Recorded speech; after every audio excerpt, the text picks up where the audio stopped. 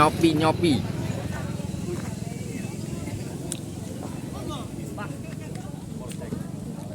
Dari Polsek, Pak. Iya. Dari Polsek. Oh, sudah.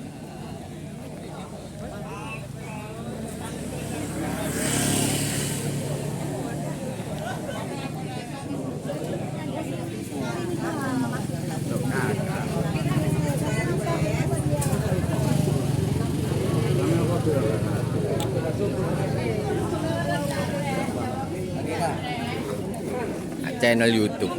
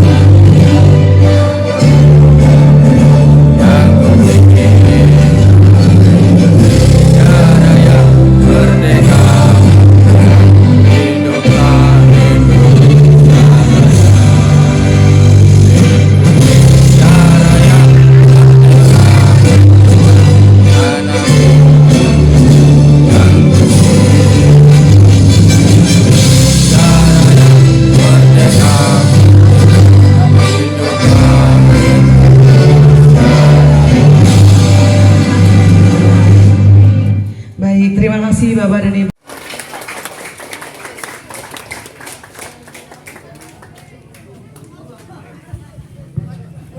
Mik.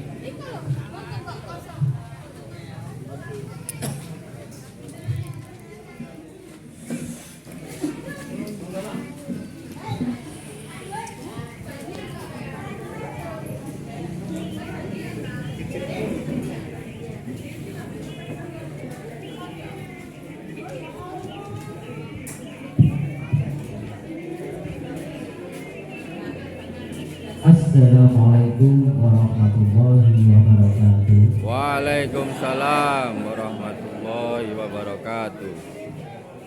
Bismillahirrahmanirrahim. Alhamdulillahirabbil alamin. Wa bihi nasta'in wa ala umuri dunya waddin. La haula wa la quwwata illa billahil aliyyil azim.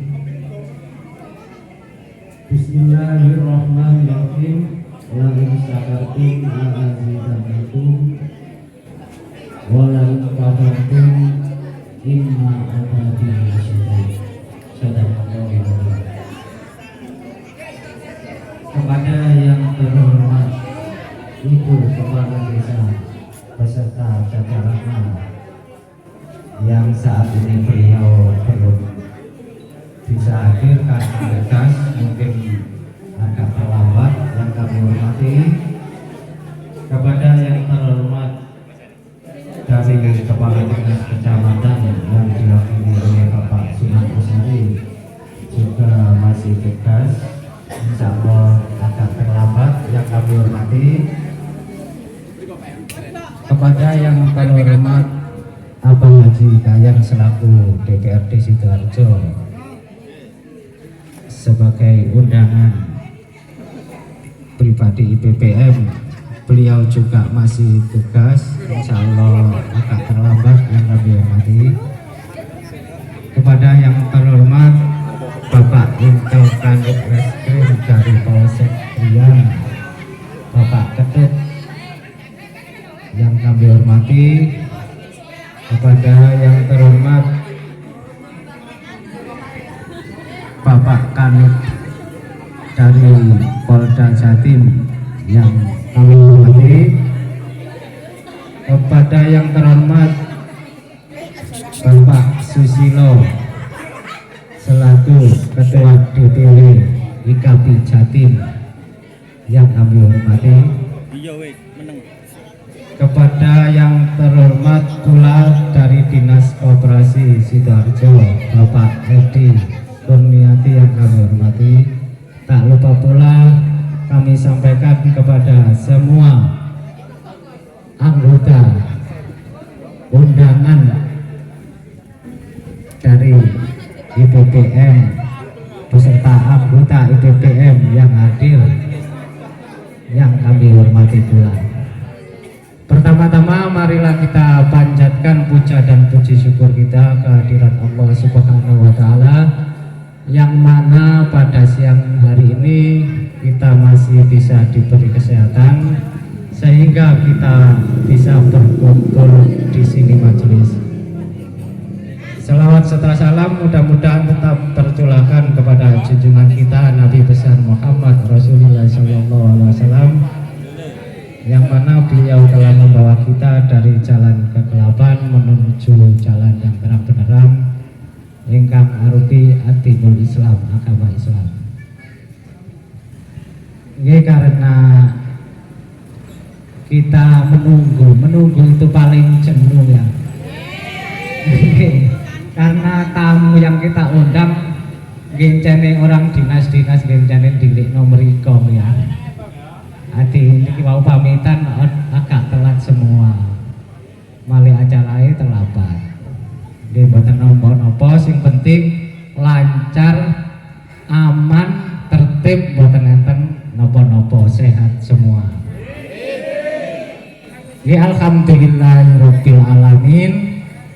Kula aturaken dumateng seluruh pengurus IPPM yang senantiasa berkorban, bekerja keras tanpa pamrih, berdoa tanpa henti,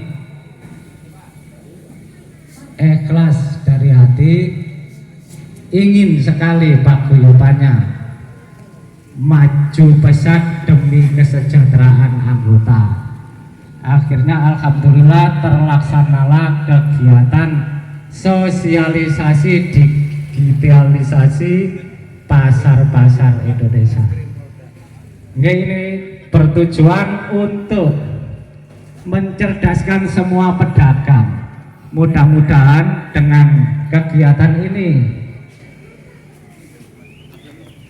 pihak dari pemerintah daerah maupun pemerintah pusat bisa melihat paguyuban IPPM dan mengasih semua program-program dan kesejahteraan untuk anggota IPPM semua.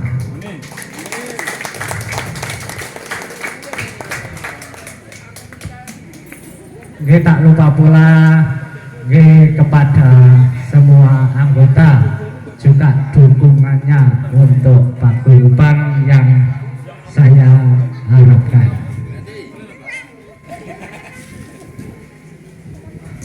Demikian yang bisa saya sampaikan, tidak bisa panjang lebar karena sudah siang.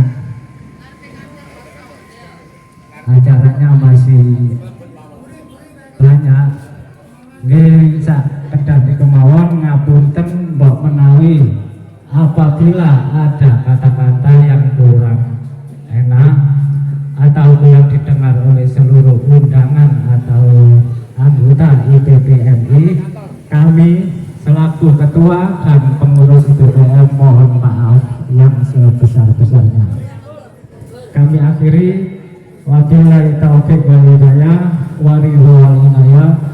Wassalamualaikum warahmatullahi wabarakatuh. Waalaikumsalam warahmatullahi wabarakatuh. Baik, terima kasih semuanya dari Ketua IPPM Indonesia Bapak Subhanabidin. Untuk mengingat acara selanjutnya yaitu sambutan dari BPJSTK Bapak Hani. Waktu dan tempat kami persilakan.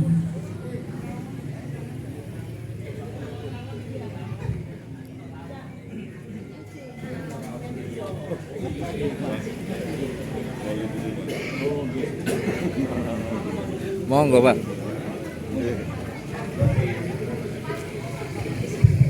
Bismillahirrahmanirrahim. Assalamualaikum warahmatullahi wabarakatuh. Yang saya hormati Bapak Ketua IDPMI Pak Bakar Abidin, yang saya hormati Bapak, saya izin di sini saya Ibu. Bapak Ketua DPWKP Jawa Timur, Bapak Susilo, serta Bapak Ibu dari Dinas Pemerintahan baik dari kecamatan, kelurahan maupun dinas dan Kabupaten Sidoarjo, serta Bapak Ibu hadirin sekalian anggota IPPMI yang berbahagia, dan tak lupa juga Bank BTN Sidoarjo dan KJP Krian yang telah hadir. Baik Bu. Mohon izin, soalnya saya biasanya di bawah Bu. Kalau kebiasaan saya sudah berdiri soalnya Bu. Kalau duduk ini terlalu formal. Enak. Santai. Karena mungkin di sini Bapak sekalian sudah pernah ketemu saya gitu. Nah, makanya kan sudah pada kenal, sudah tahu kan saya dari mana. Oh, ada yang belum, ada yang sudah. Jadi sebelumnya mungkin yang bagi belum kenal, perkenalkan nama saya Hani Wicaksono. Mas Hani biasanya kalau ingat BPJS Tenagakerjaan ingat Mas Hani biasanya itu. Nah, kenapa kok Mas Hani itu melo biasanya kalau ada BPM itu? Karena memang kami atau khususnya saya ditugaskan negara untuk memberikan perlindungan kagem Bapak Ibu sekalian, pelaku usaha, pedagang atau paguyuban, agar dalam menjalankan kegiatan usaha Bapak Ibu sekalian ada yang menjamin. Nah, apa mana Mas dijamin Mas? Yang penting Mas yakin sama Allah, insya Allah rezeki lancar lah. Kan ngoten nggih. Ini yang utama memang. Tapi yang kedua, ini bentuk ikhtiar kita. Bentuk ikhtiar kita kepada diri kita sendiri dan keluarga kita, khususnya suami, istri, anak-anak kita nanti ketika kita bekerja, yang namanya musibah itu selalu mengikuti. Nah, kita yang nggak tahu kapan kita kena musibah. Bukan berarti saya nakut-nakutin ya. Saya pun tadi kesini naik motor karena kesiangan tak diet, pokoknya seperti nggak telat. Nah, kalau ada apa-apa, jatuh atau apa, siapa yang nanggung? Nah, inilah kami BPJS Tenagakerja diberikan mandat oleh negara, khususnya Presiden, untuk menjamin kegiatan usaha kita dalam program kecelakaan kerja dan kematian. Dua program pokok ini yang kita berikan kepada para pedagang, khususnya yang akan menjamin resiko-resiko yang timbul akibat bekerja. Contoh yang pertama, ini sudah kejadian. Ada yang kenal Pak Almarhum Yanuar? Nah, masih ingat nggih? Nah, yang namanya almarhum ini kan berarti sudah dipanggil sama yang Maha Esa, kita semua, meninggalkan istri sama anak nih. Nah, kalau tulang punggung keluarga yang kerja ini dipanggil sama Tuhan meninggal dunia, istri contoh tidak bekerja, inilah yang dilihat pemerintah itu akan timbul potensi satu keluarga miskin baru karena yang kerja meninggal. Dengan adanya BPJS Tenagakerja, istri almarhum Pak Yanuar kemarin mendapat santunan dari kami senilai, ada yang tahu nggak berapa? itu kemarin sudah kita berikan kepada Bu Januar. Kebetulan juga kemarin ada acara dengan DPR RI yang di Lebo dengan Bu Lucy, anggota DPR RI yang langsung memberikan santunannya secara simbolis kemarin. Ini nanti kalau bisa tampil lah ini kemarin tanggal 14 April ada acara, kebetulan saya disuruh, Mas Hani tolong, Bu Lucy yang ngomong kan, tolong carikan nasabah sampean yang sudah terima santunan. Posisinya tanggal 14 April ini di Januari masih belum cair. Akhirnya saya buku-bukui, tolong segera dicairkan. Minggu depannya alhamdulillah sudah masuk ke rekeningnya Bu Januari. Nah, inilah yang kami berikan untuk para pedagang pekerja mandiri yang bisa dimanfaatkan untuk almarhum sebagai modal usaha. Jadi tetap bisa jalan perekonomiannya. Apalagi kalau sudah ikut minimal 3 tahun. Ini ada tambahan beasiswa untuk 2 orang anak almarhum. Karena kemarin Pak Januar mungkin kalau nggak salah baru ikut berapa bulan deh. Dia waktu kita ketemuan di rumahnya Pak Heru yang di Krian deh. Nah itu baru daftar kalau salah kemarin November deh. November, Desember, Januari, Februari meninggal deh. Baru ikut 4 bulan. Pinten bayarnya banyak 16.800 satu bulannya. 16.800 kali 4 pinten 68.000. Dapatnya pinten 42 juta. Nah, gak rugi tanpa BPJS. Aku tahu. Soalnya kalau kita ngumpul sendiri nih Mas, aku tak nyelengi dhewe Mas, duit 16.800 tak gede kalian buan aja bulan. Itu biar ngumpul 42 juta butuh waktu 208 tahun. Gak ada yang mungkin bisa umur segitu. Gak tahu juga kalau ada yang panjang umur. Tapi dengan adanya BPJS Tenagakerjaan, pemerintah memberikan santunan kematian ini memang tidak ada hitungan bisnisnya. Baru ikut 1 bulan pun kalau memang ada musibah itu bisa dicairkan. Ngoten bahasanya itu Bu. Nah jadi di sini saya ingin kembali mengingatkan kembali, ayo yang belum ikut, yang belum punya, nanti bisa mendaftar lewat Pak Bidin atau Ketua IPPMI. Kemarin juga ada yang usul, Mas, setelah acara ini kemarin ada berapa orang yang suruh daftar baru itu? Tinggal WA kan mawon. Syaratnya tidak aneh-aneh, tidak ditanyain dengan punya riwayat penyakit bawaan apa mboten. Kadang-kadang kalau kita asuransikan ditanya, punya diabetes apa mboten, darah tinggi apa mboten, rokokan apa mboten. Nah, itu ditanya kalau dengan itu yang swasta. Tapi negara wes gak macam-macam. Pokoknya dengan punya pekerjaan langsung bisa ikut. Ini yang terbaru kemarin. Saya punya bule tempat tante ya. Nah, bule saya bahkan tidak tahu orang yang saya daftarkan itu bulan Februari. Saya daftarkan masih seger masih umur 50-an. Kerjanya pijet sama buruh tani tandur di sawah. Tanggal 30 April kemarin orangnya itu malamnya masih pijet saya di rumah di Jombang itu. Besoknya tandur di sawah jam 10 pagi ramai di sawah. Saya pikir ada apa? Ternyata orangnya meninggal mendadak. Kena jantung mungkin karena sebulan sebelumnya opnam orangnya ini di rumah sakit 1 minggu karena sakit gula darah diabetes.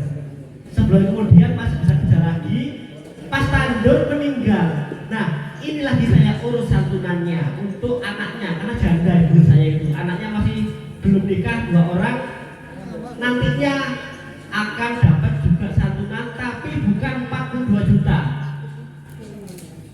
Bule saya nanti ini dapatnya 70 juta. Kok beda Mas?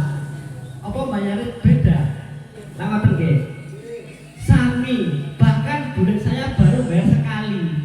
Saya kan cuma iseng aja daftarin 1 bulan. Habis itu nggak saya bayar lagi sampai April itu. Kan nunggak 3 bulan nih, 2 bulan. Tapi masih bisa karena BPJS Tenagakerjaan itu umurnya 4 bulan. Jenengan daftar 1 kali, aktif 1 bulan depan nggih.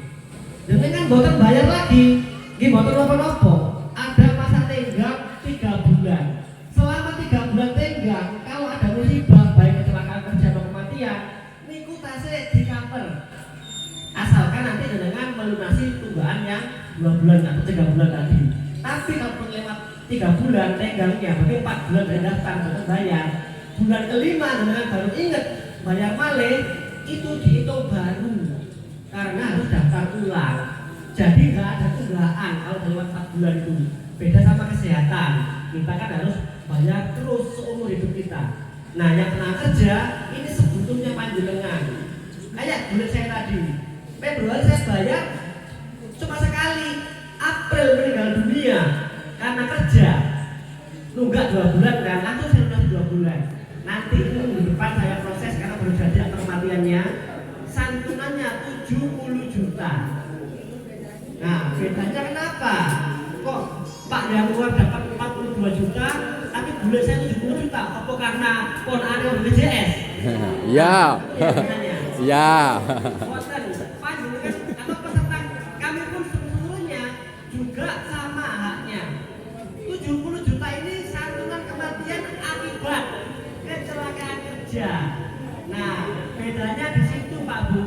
Kalau meninggalnya bukan karena kecelakaan kerja, sakit, meninggal, pokoknya di luar pekerjaan, itu 42 juta. Tapi kalau pas nyambut damel tiba-tiba meninggal, atau pas nyambut damel pas dagang tahu-tahu mabut, itu jangan dibawa ke rumah, langsung ke minimal puskesmas atau rumah sakit. Kenapa? Kalau dalam waktu 1 kali 24 jam dari kejadian semaputnya tadi, terus yang bersangkutan meninggal dunia, itu masuk kategori kecelakaan kerja, santunannya 72 juta. Tapi kalau dibawa ke rumah, terus meninggal di rumah, itu dianggap meninggal biasa, 42 juta. Nah, itu bedanya. Ditambah yang kayak bulan saya ini, wes dapat 70 juta, otomatis dapat beasiswa untuk 2 orang anak dari mulai TK sampai sarjana. Totalnya 174 juta. Nah, bedanya kalau yang meninggal dunia biasa kayak Pak Januar bisa dapat beasiswa kalau sudah itu minimal 3 tahun.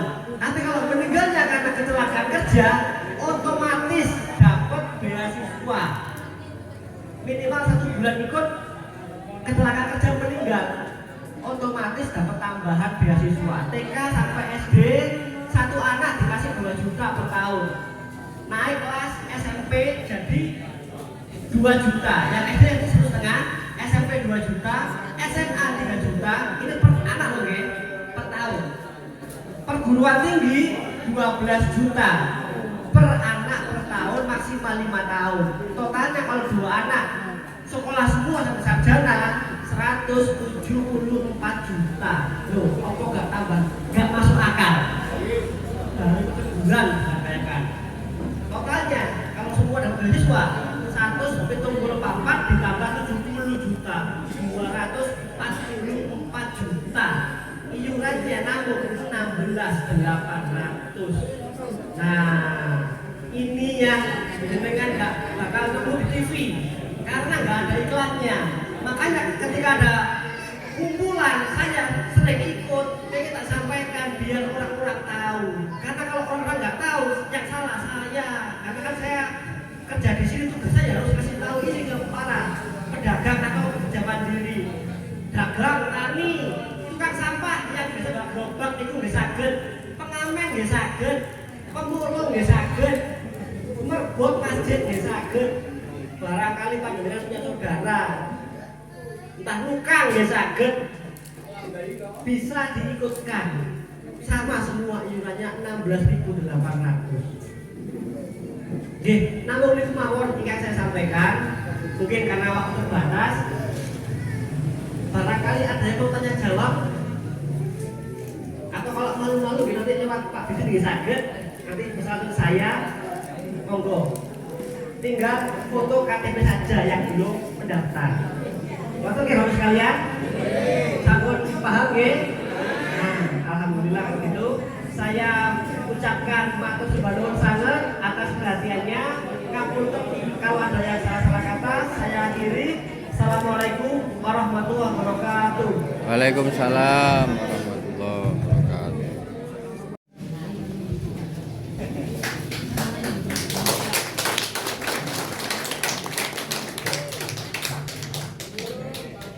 Ibu, Bapak yang hadir di sini, mohon untuk menyimak baik-baik materi yang disampaikan oleh beliau-beliau.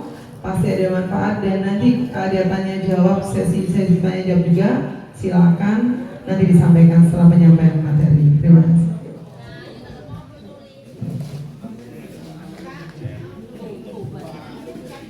Lama.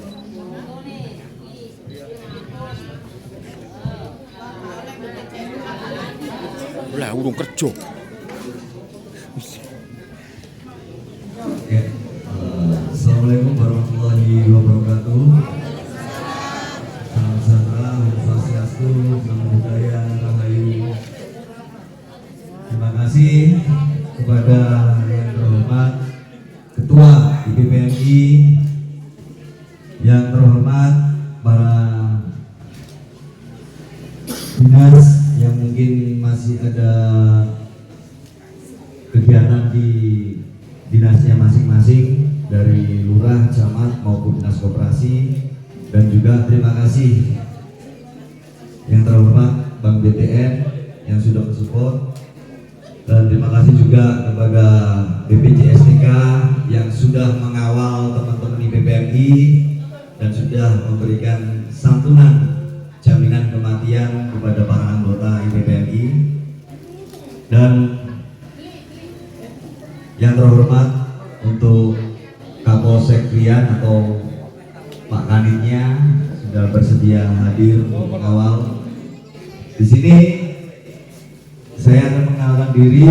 Sebelumnya saya Agus Susilo selaku Ketua DPW Ikatan Pedagang Pasar Indonesia tingkat Provinsi Jawa Timur.